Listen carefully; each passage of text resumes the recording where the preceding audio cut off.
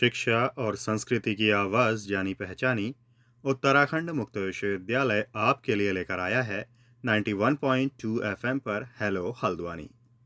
Hello Haldwani एक सामुदायिक radio है जिसे उत्तराखंड मुक्त विश्वविद्यालय संचालित करता है और इस रेडियो को आप 91.2 मेगाहर्ट्ज़ की फ्रीक्वेंसी पर सुन पाते हैं।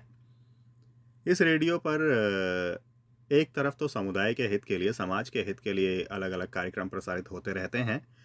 साथ ही उत्तराखंड मुक्त विश्वविद्यालय से जुड़े हुए विद्यार्थियों के लिए भी कई तरह की जानकारियां इस रेडियो पर हम लेकर आते रहते हैं।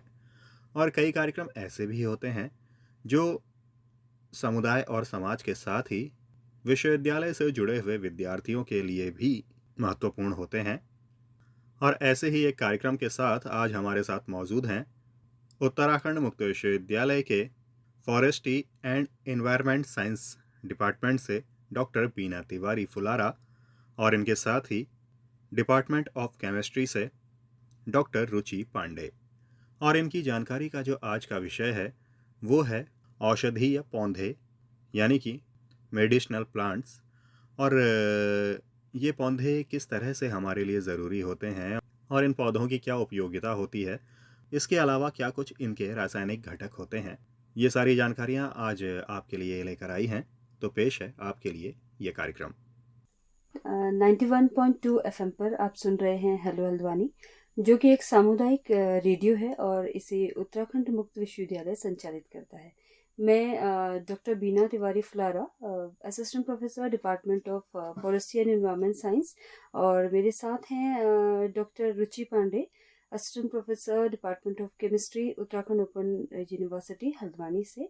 आज हम दोनों आपके समक्ष हैं एक बहुत ही कॉमन मुद्दे पर। हम अपने आसपास जो भी पौधे, हम यहाँ पर आज बात करेंगे कुछ उन पौधों के बारे में जिनका जो हमारे आसपास में उपस्थित होते हैं। मेडिसिनल प्लांट की मैं बात कर रही हूँ। हम तुलसी, नीम, गिलोय, एलोवेरा और इन पौधों के बारे में आपसे बात करेंगे। प्राचीन काल से ही औद्योगिक पौधों का उपयोग स्वास्थ्य सेवा में लिया जा रहा है, जैसे हम सब भी जानते हैं, और उनकी प्रभाविकता को सत्यापित करने के लिए विश्व स्तर पे बहुत सारे अध्ययन किए गए। कुछ निष्कर्षों से पौधों पर आधारित दवाओं का उत्पादन भी होता है और औषधि पौधों के उत्पादों का वैश्विक बाजार मूल्य प्रतिवर्ष 100 अरब डॉलर के आसपास से भी अधिक है।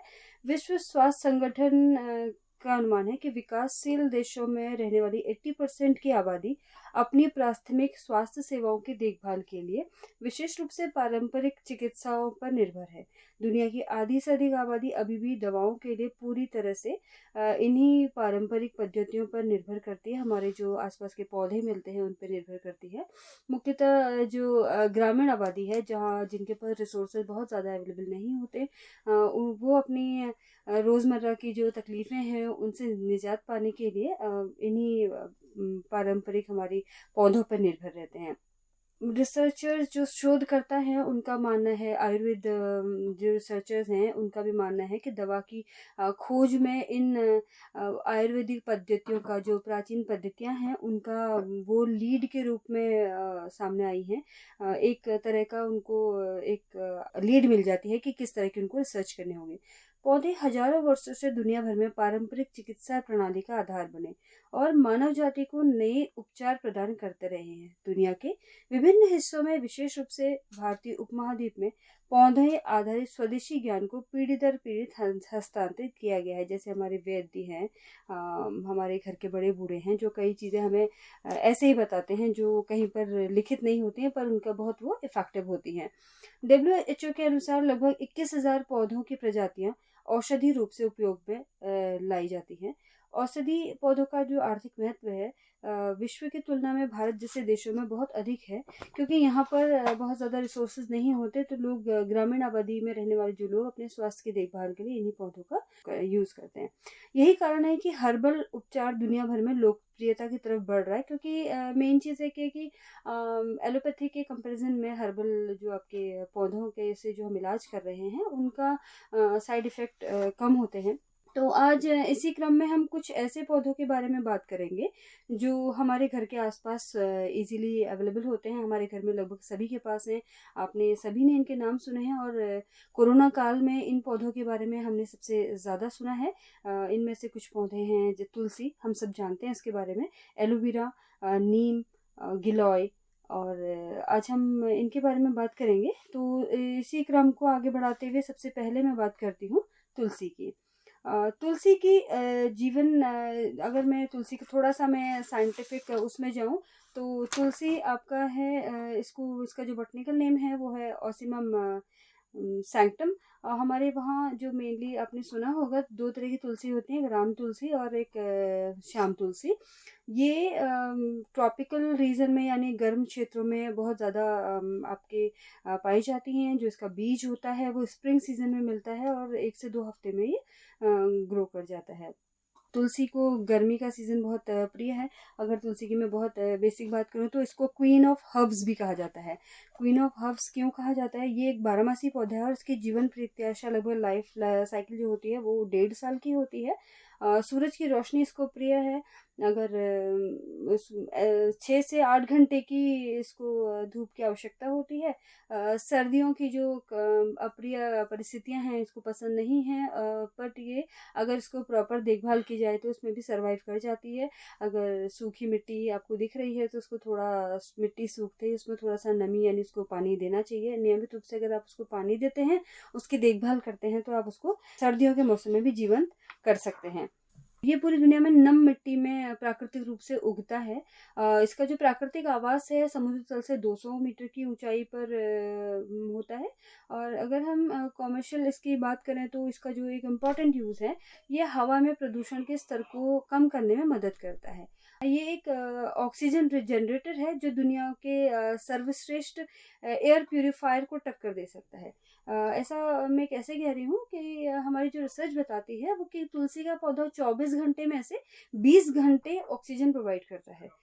20 घंटे ऑक्सीजन प्रोवाइड करता है, इसीलिए हमने इसको कहा कि ये एक सर्वश्रेष्ठ एयर प्यूरिफायर है। तो तुलसी हमारे लिए बहुत उपयोगी है। जैसा आप सब जानते हैं कि आपके गले में कोई इन्फेक्शन हो जाए, आपको प्रतिरोधक क्षमता बढ़ाता है, एंटीऑक्सीडेंट है। तो इसमें इसके जो केमिकल कॉन्स्टिट्यूएंट्स हैं उनके बारे में हम बात करेंगे डॉक्टर रुचि पांडे से। और रुचि पांडे आपको बताएंगे कि इसके केमिकल कॉन्स्टिट्यूएंट्स के बारे में। जैसे कि बीना जी ने तुलसी की एनवायरमेंटल स्टडी बताई, पूरी इकोलॉजिकल स्टडी बताई, तो तुलसी हमारे सराउंडिंग एरिया को लिए तो बेनिफिशियल है ही, लेकिन तुलसी में ये सब चीज़ प्रॉपर्टी जो डेवलप होती है उसके कुछ केमिकल कॉन्स्टिट्यूट से होती हैं। तो तुलसी में प्रमुख रूप से फिनोलिक कंपाउंड्स पाए जाते हैं, जो कि मेनली हैं आपका सिरसिनियॉल, एस्पेरेजिनिन, रोजमेरिक एसिड, और उपयुक्त क्वांटिटी में जो होता है उसमें यूजेनॉल होता है। ठीक है, ये यूजेनॉल जो होता है वो एंटीऑक्सीडेंट की तरह यूज किया जाता है। तुलसी का संपूर्ण पौधा आपके लिए बहुत बेनिफिशियल है। इसकी जो लीव्स होती हैं उससे 0.7% वॉलेटाइल ऑयल ऑब्टेन्ड होता है, जो जिसमें कि 71% यूजेनॉल और 20% मिथाइल यूजेनॉल होता है, जो कि मैंने आपको पहले बोला ये एंटीऑक्सीडेंट की तरह यूज किया जाता है। 2 फ्लेवरेंट्स इसमें उपस्थित होते हैं इसकी एक्वस लीव्स में।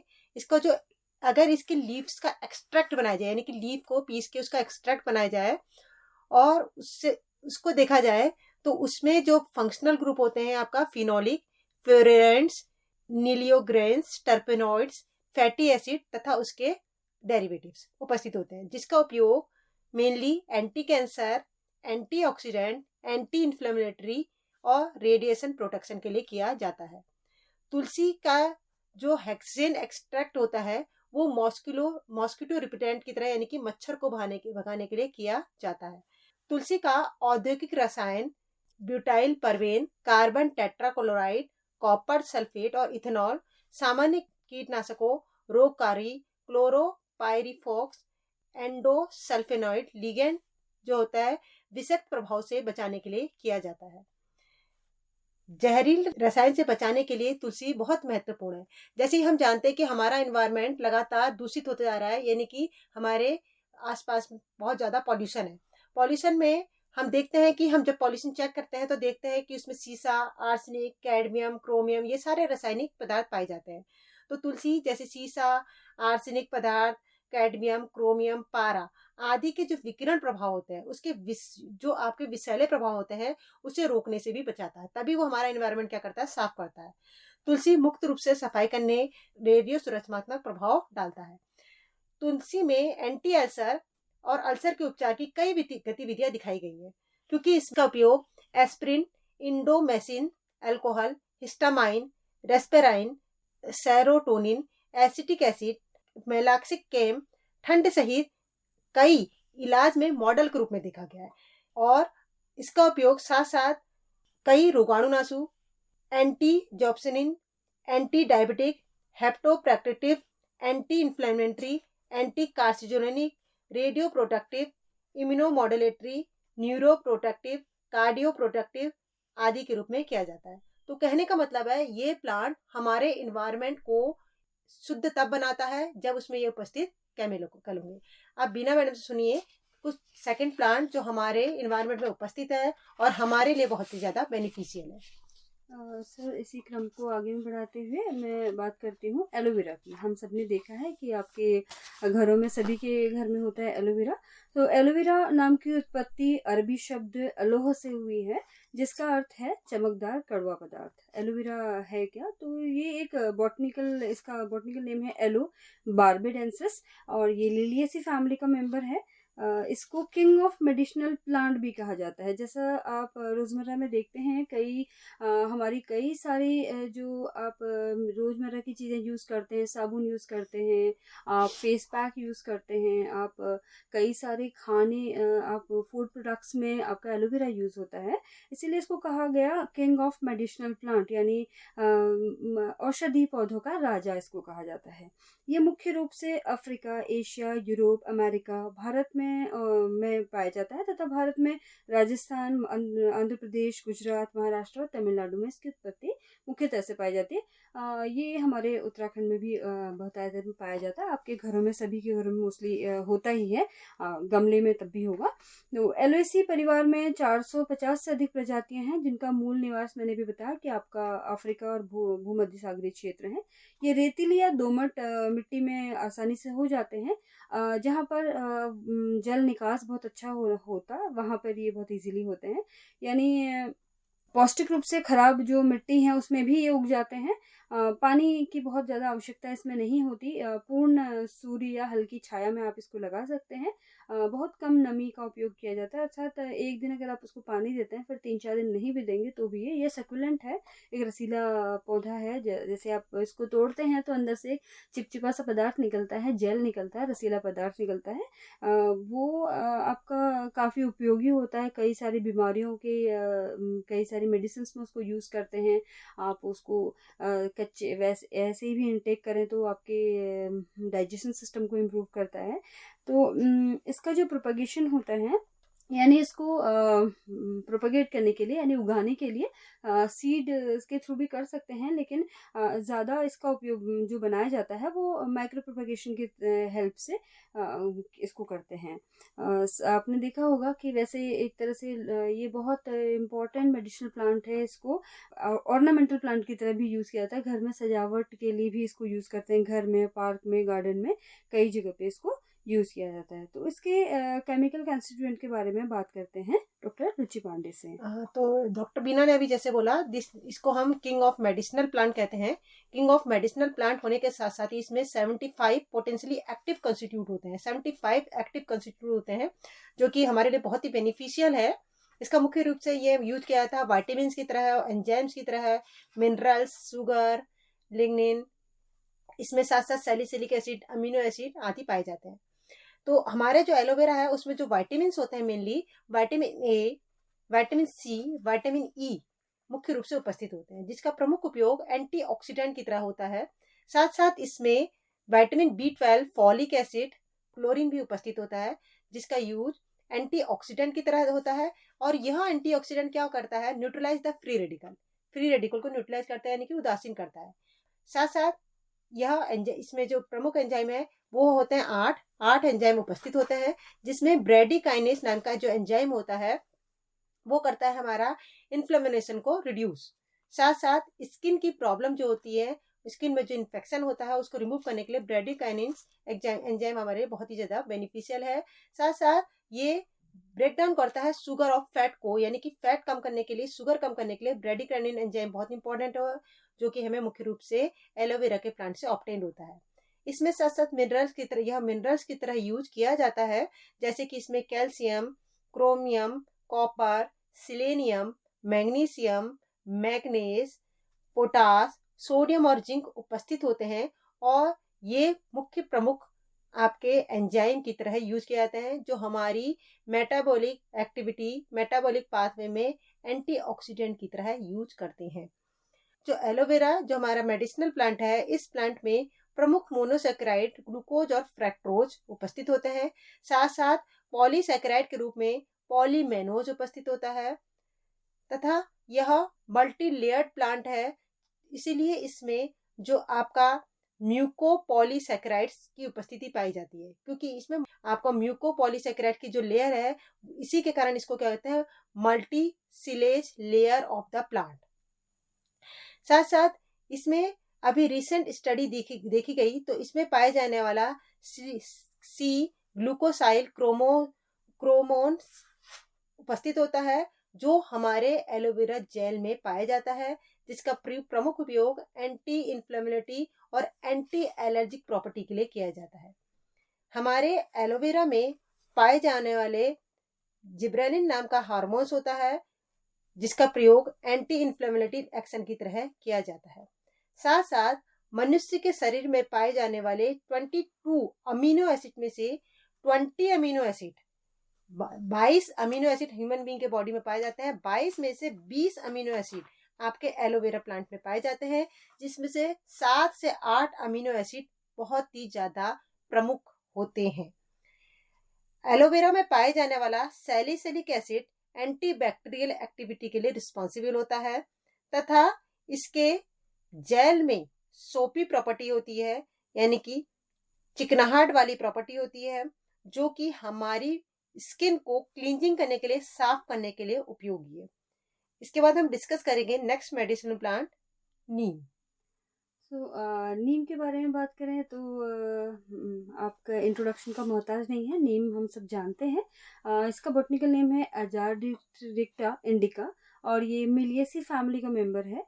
पर्शियन शब्द अजाद का मतलब होता है फ्री, और दरख्त का मतलब होता है, ये पर्शियन शब्द है, दरख्त का मतलब है पेड़। और क्योंकि नीम का जो ओरिजिन है वो भारत से है, तो इसको the free tree of India भी कहा जाता है। आज हम कई सारे पौधों के नाम ऐसे सुन रहे हैं कि शायद कई सारे लोगों ने सुने भी नहीं होंगे। तो फ्री ट्री ऑफ इंडिया नीम को कहा जाता है। यूनाइटेड नेशन ने नीम को ट्री ऑफ 21st सेंचुरी कहा है। ये हमारे सिद्ध मेडिसिनल सिस्टम का पहला ऐसा पौधा है जिसको सिद्ध सिस्टम में नाम दिया स्थान दिया गया है। सबसे पहले जिसका उपयोग देखा गया वो नीम है। इंडियन सब कॉन्टिनेंट में नीम का उपयोग अगर हम बात करें तो 4500 साल से भी पहले से, यानी जिसका उपयोग आपके दस्तावेजों में है 4500 सालों से भी पहले से इसका उपयोग किया जा रहा है। और अगर बहुत थोड़ा सा हिस्टोरिकल बात करूँ तो हड़प्पा और मोहनजोदड़ो की जो खुदाई है उसमें कुछ प्रूफ मिले हैं कि वहाँ के जो यौगिक चिकित्सकीय यौगिक खंडहर हैं उसमें नीम के पत्ते पाए गए हैं। थोड़ा सा अगर मैं इकोलॉजिकल इसकी बात करूं तो हमारा जो नीम का पेड़ है वो आपका सदाबहार पेड़ है, एवरग्रीन ट्री है, जिसकी हाइट लगभग 30 मीटर तक की जाती है, जो लगभग 50 डिग्री सेंटीग्रेड तक के टेम्परेचर को ये टॉलरेट कर लेता है। खराब मिट्टी के अनुकूल होता है तथा उच्च तापमान के साथ साथ कम तापमान पे को भी सहन कर लेता है। ये सॉइल की फर्टिलिटी को और वाटर होल्डिंग कैपेसिटी, यानी कहना चाहिए उर्वरकता क्षमता, और उसकी पानी को रोक के रखने की, यानी सॉइल इरोजन को रोकने की इसकी क्षमता बहुत ज़्यादा होती है। आपने देखा होगा हमारे गाँव में या घरों के आसपास नीम को लगाया जाता है पानी की प्रॉब्लम को रोकने के लिए, यानी सॉइल इरोजन को रोकने के लिए। ये इंडिका की जो अगर फल में थोड़ा सा वो बताऊं कि फल अगर पकने की बात करूं तो 5 साल में इसका फल पकने लगता है, लेकिन कॉमर्शियली अगर इसको यूज़ करना चाहें तो 10 से 12 साल में ये कॉमर्शलाइजेशन इसका शुरू हो सकता है, यानी फल की आर्थिक उपज जो है वो 10 से 12 साल में शुरू होती है। और फलों का पकना मोस्टली बरसात के मौसम से शुरू होता है, और जैसे ही परिस्थिति अनुकूल होती है, पारिस्थितिक परिस्थितियों में ही ये फल गिर जाता है ज़मीन पे, और फिर 14 से 15 दिन में इसमें फिर से अंकुरण शुरू हो जाता है। ठीक है, बहुत ड्राई एरियाज़ में, यानी बहुत सूखे स्थितियों में सारी की सारी पत्तियां एक साथ गिर जाती हैं, लीफ लेट हो जाती हैं, और उसके बाद मार्च अप्रैल में पत्ते फिर से दिखाई देने लगते हैं। और लगभग जो जीवन काल, अगर लाइफ साइकिल की बात करें तो 200 साल तक का इसका जीवन काल होता है। जैसे मैंने आपको बताया कि इसका जो टॉलरेंट टेम्परेचर है 1 से लेके 50 डिग्री सेंटीग्रेड तक होता है, पर ये नॉर्मली 26 से 38 डिग्री टेम्परेचर के बीच में अच्छा सर्वाइव करता है। इसका जो उपयोग की अगर मैं बात करूं तो औषधि गुणों के लिए इसका उपयोग करते हैं। भारत के वैदिक काल से ही इसका जो बहुत लंबा, इसके उपयोग का बहुत लंबा इतिहास चला आ रहा है। इसकी छाल और पत्तियों का उपयोग त्वचा रोगों के लिए, फूलों का उपयोग टॉनिक के लिए, पेट के लिए, और फलों का रिच कम करने के लिए यूज़ किया जाता है। पत्ते त्वचा रोगों के लिए एक पुराना और लोकप्रिय उपाय हैं। पेट के कीड़ों के इलाज के लिए इसका यूज़ किया जाता है। नीम की लकड़ी का उपयोग ईंधन के रूप में भी, या अगर बहुत उसको समराइज फॉर्म में कहूँ तो जीवन के शुरू से शय्यासन में पहुंचने तक पूरे ही काल में नीम का उपयोग किया जाता है। तो अब इसके रासायनिक गुणों के बारे में बात करते हैं डॉक्टर रुचि पांडे। तो डॉक्टर बीना ने बोला कि इसका नाम अदार चिट्टिका इंडिका है। तो इसका मेन कारण ये है कि इसमें जो प्रमुख घटक है वो है अदार चट्टिन। इसमें जो प्रमुख घटक होता है वो अदार चट्टिन, तथा साथ ही में इसके जो अन्य घटक होते हैं वो होते हैं निबोलिन, निम्बिन, निम्बिडोल और सोडियम निम्बेट, गैडोनिन, सेलिनिन और कैर्सेटिनिन। ये प्रमुख घटक है। साथ साथ इसमें इसका जो इसको जो नाम दिया गया है इस तरह से दिया गया है एजा डाइरेक्टिन। इसको जो बोला जाता है, इसमें जो एजा डाइरेक्टिन भी बोलते हैं। क्यों? क्योंकि इसमें जो प्रमुख एल्कोलॉइड है वो है एजा डाइरेक्टिन। इस एजा डाइरेक्टिन में 8 रिंग, 16 किरल कार्बन और 3 क्वार्डिनरी कार्बन उपस्थित होते हैं। साथ साथ इसमें उपस्थित जो फंक्शनल ग्रुप होता है वो alcohol, enol, ether, acetate, 2 hemiacetal and epoxide और 4 कार्बोक्सिलिक एसिड एस्टर उपस्थित होते हैं। इसलिए इसको क्या कहा जाता है, हमें अदार चट्टिन। साथ साथ इसमें निम्बिन, निम्बेन, 6 desacetyl nimbin, nimbandiol, nimbolide, ascorbic acid, n hexacosanol, amino acid, 7 desacetyl, 7 benzyl dione, निम्बलोन, कैर्सेटिन, बीटा स्टेरॉल, पॉलीफोरिन, फ्लेवोनॉइड्स उपस्थित होते हैं। इन फ्लेवोनॉइड का मेन काम क्या है? ये मुख्य रूप से एंटीबैक्टीरियल, एंटी फंगल प्रॉपर्टी को शो करते हैं। साथ साथ ही इसके बीज जो है प्रमुख होते हैं। इसके बीज में जटिल, टेट्रा नाइट्रिट्रो पेनाराइट, लिमोनोइड, अदार चट्टिन कीटों में एंटीफीडेट और विषाक्त प्रभाव को दूर करने के लिए उत्तरदायी होता है। नीम की जो लीव्स होती हैं उसका इथेनॉलिक एक्सट्रैक्ट एंटीबैक्टीरियल एक्टिविटी के लिए उत्तरदायी होता है। साथ साथ नीम में उपस्थित निम्बोलिन, निम्बिन, निम्बोडाइल, निम्बोडोल, सोडियम निम्बेट प्रमुख कॉन्स्टिट्यूट्स जो हैं वो हमारे कैंसर के इलाज में प्रमुख कॉन्स्टिट्यूट की तरह काम करते हैं, तथा कह सकते हैं कि नीम एक मॉडल के रूप में किसी भी जीन्स के ट्यूमर को सप्रेस्ट करने के काम आता है, यानी कि उसको कम करने के काम आता है।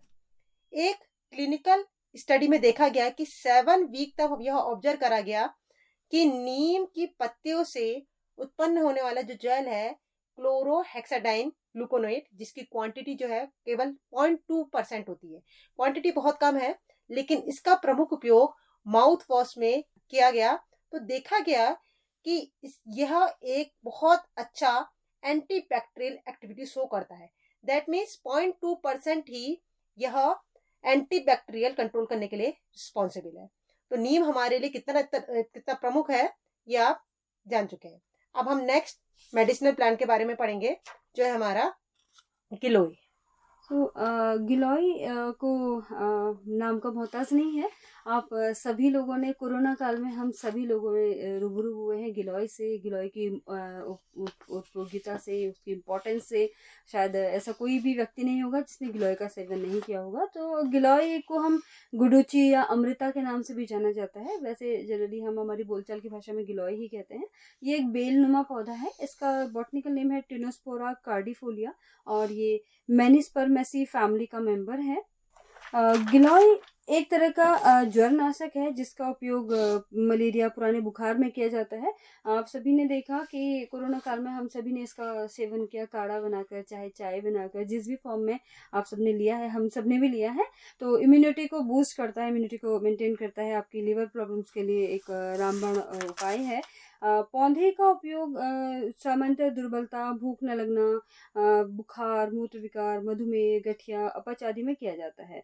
सूखे पौधे की तुलना में ताज़ा पौधा जो है अधिक प्रभावकारी होगा और इसको जो है सभी प्रकार की मिट्टी में उगाया जा सकता है। जैसे मैंने आपको बताया कि बेलनुमा पौधा है और इसका जो प्रजनन है, इसको उगाने के लिए बहुत ज़्यादा मेहनत नहीं करनी पड़ती। बीज से नहीं, ये जनरली कटिंग से ही हो जाता है और हल्की रेतीली दोमट मिट्टी जो होती है इसके लिए बहुत ही उपयुक्त होती है।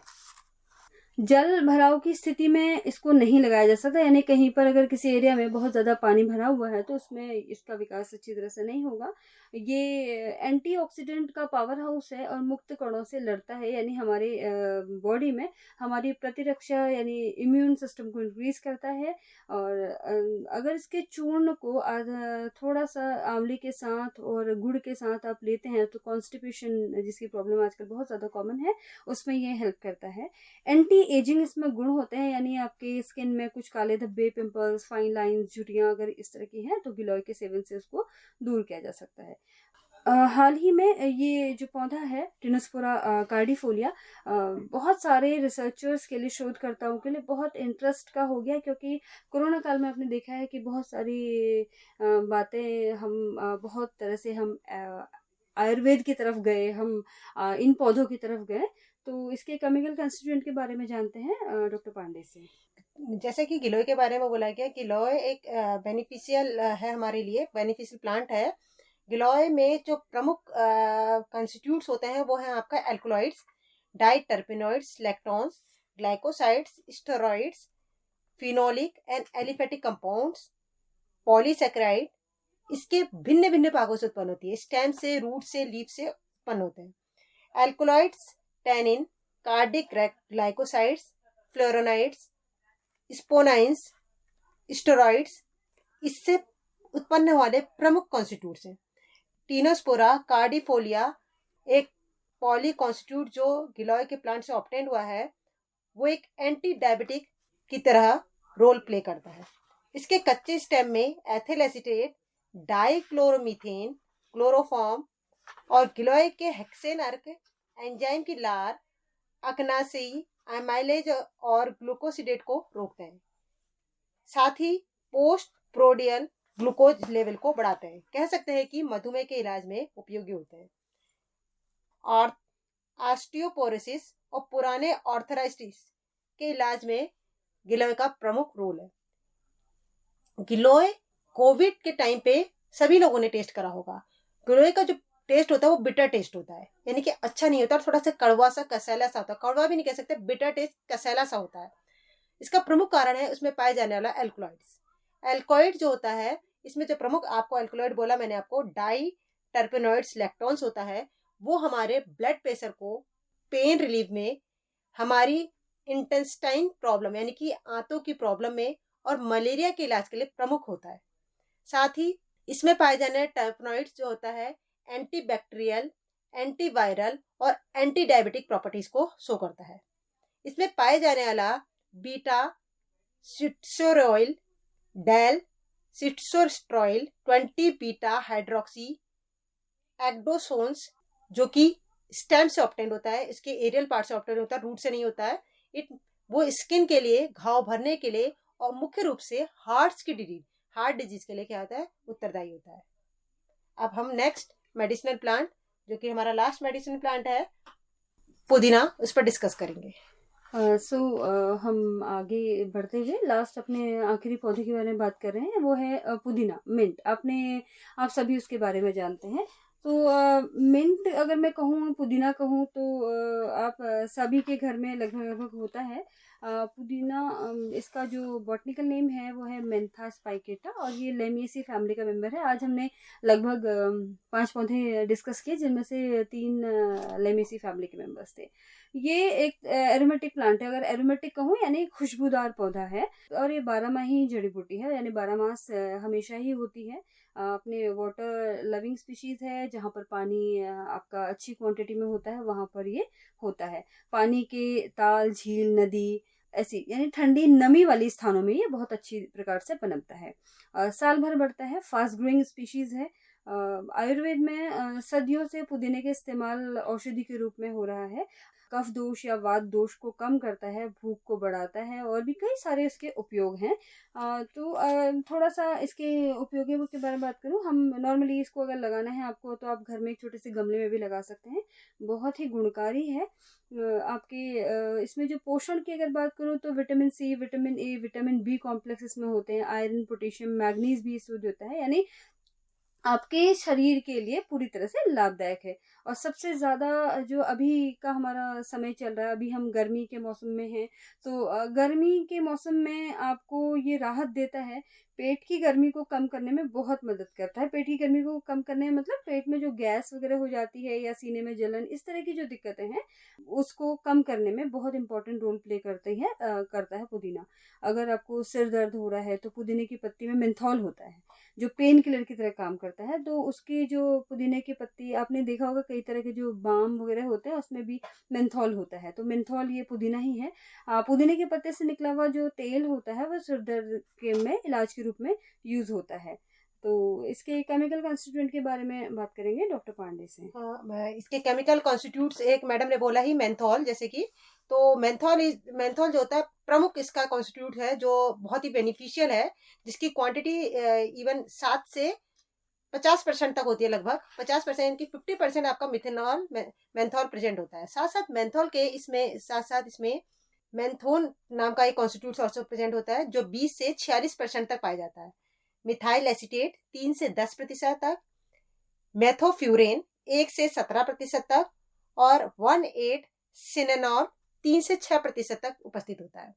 इन सभी में मेंथॉल, मेंथोन और मिथाइल एसीटेट प्रमुख है, जिसमें से मेंथॉल एक पॉपुलर फ्लेवरिंग एजेंट की तरह यूज होता है, जो कि आजकल सभी में यूज होता है, जैसे कैंडीज में, च्युइंगम्स में, टोबैको में, टूथपेस्ट में, माउथ वॉश में, कफ सिरप्स में, अल्कोहल्स में, लिक्वर्स में, डाइजेस्टिव एसिड्स हैं, उनमें यूज किया जाता है। तो ऐसा नहीं है कि इस मेंथॉल का यूज हम अभी समझ रहे हैं। एक्चुअल में एशियंट्स ग्रीक टाइम पर जब मॉर्निंग सिकनेस की जो प्रॉब्लम होती थी, उस समय मिंट का प्रयोग किया जाता, उस समय भी। एक रिसर्च में देखा गया था कि 1971 में एक ब्रिटिश हर्बल फार्माकोपिया एक कंपनी थी, वो लोग अपनी मेडिसिन में मॉर्निंग सिकनेस के लिए और मेंस्ट्रुएशन पेन के लिए मेनली मेंथॉल का यूज करते थे। फिर बाद में फाइंड आउट हुआ कि मेंथॉल हमारा मेनली आपका पुदीना यानी कि मिंट से ऑब्टेन होता है। तो धीरे धीरे इसका यूज फिर आप इन फ्यूचर में देख ही रहे हैं। मोस्टली समर सीजन चल रहा है, जैसे कि मैम ने बोला, ये समर सीजन में इसका यूज किया जाता है। तो वो आपको मैंने बोला कि इसमें जो मेंथॉल है वही मेन प्रमुख घटक है, प्रमुख कॉन्स्टिट्यूट की तरह यूज किया जाता है, जो हमारे respiratory system health boost, immunity boost करने के लिए, रेस्पिरेटरी हेल्थ के लिए, और मॉस्किटो भगाने के लिए, हमारे ये डेंगू जो आजकल फैलता है उसको रिमूव करने के लिए भी हमारे क्या होता है, रिस्पॉन्सिबल होता है। साथ साथ रिसेंट अभी रिसर्च में देखा गया कि इसमें जो प्रमुख घटक मेंथॉल के अलावा जो होता है, वो cineole carvone, limonene, linalool, linalyl acetate, menthol, menthone, piperitone oxides भी उपस्थित होते हैं। इंडिया में मेनली मेंथॉल की जो पत्तियां हैं, आज भी मतलब ये घरेलू उपचार चल रहे हैं। मेंथॉल की जो पत्तियां हैं उसका उबाल के, उसका एक्सट्रैक्ट बना के उसका उपयोग किया जाता है हेपेटाइटिस में। जबकि हेपेटाइटिस के टीके आ चुके हैं मार्केट में, लेकिन फिर भी भी कई बैकवर्ड एरिया में इसको बॉईल करके पिलाया जाता है बच्चों को, हेपेटाइटिस की रोकथाम करने के लिए। साथ साथ ये भी माना जाता है कि पुदीने के पत्तों को उबाल के पीने से मेमोरी बढ़ती है, इनहेंस द मेमोरीज को बढ़ाता है ये। मतलब ये तो एक खाली कंट्रोवर्सी वाली बात हो जाएगी तो इसका प्रयोग मेमोरी को बढ़ाने के लिए होता है, बट इसका यूज मेनली जो आपका है माइग्रेन प्रॉब्लम, चिकन पॉक्स और पिपरमंट ऑयल और हेडेक में किया जा रहा है। और नॉर्मली इसका प्रयोग माउथ वॉश और नॉर्मल वॉमिटिंग फीवर जो आपका ये समर सीजन पे ये प्रॉब्लम चलती है उसमें किया जाता है। तो हमारा आज हमने कुछ कुल मिला के 5 मेडिसिनल प्लांट जो आपके सराउंडिंग एरिया में इजीली अवेलेबल हो जाते हैं उसके बारे में थोड़ा सा इंट्रोडक्शन दिया। नेक्स्ट कंटिन्यू करते हैं आगे कुछ प्लांट्स के बारे में मैडम। ठीक। आप सुन रहे थे 91.2 एफएम पर डॉक्टर बीना फुलारा और डॉक्टर डॉक्टर रुचि रुचि पांडे पांडे, को बहुत बहुत धन्यवाद इस मंच से पर हमें समय देने के लिए। धन्यवाद। धन्यवाद।